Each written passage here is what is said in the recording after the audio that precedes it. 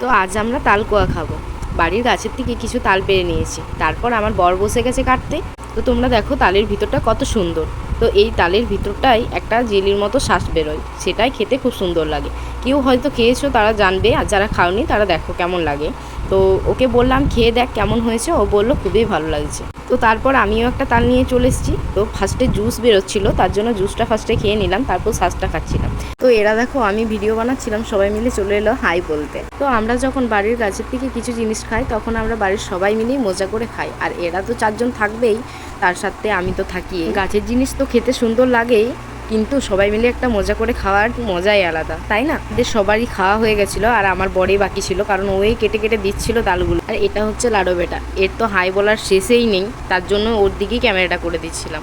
আর দেখো সবগুলো খাওয়া হয়ে গেছে, একটা রেখে দিয়েছিল আমার জন্য, ওটাও খেয়ে নিলাম। বাকি আরও 2-3টা ছিল, সেগুলো কাটছিল। আর দেখো প্রায় 4টা শেষ হয়েছে। তো আজ এইটুকু, দেখা হচ্ছে নেক্সট ভিডিওতে, টাটা।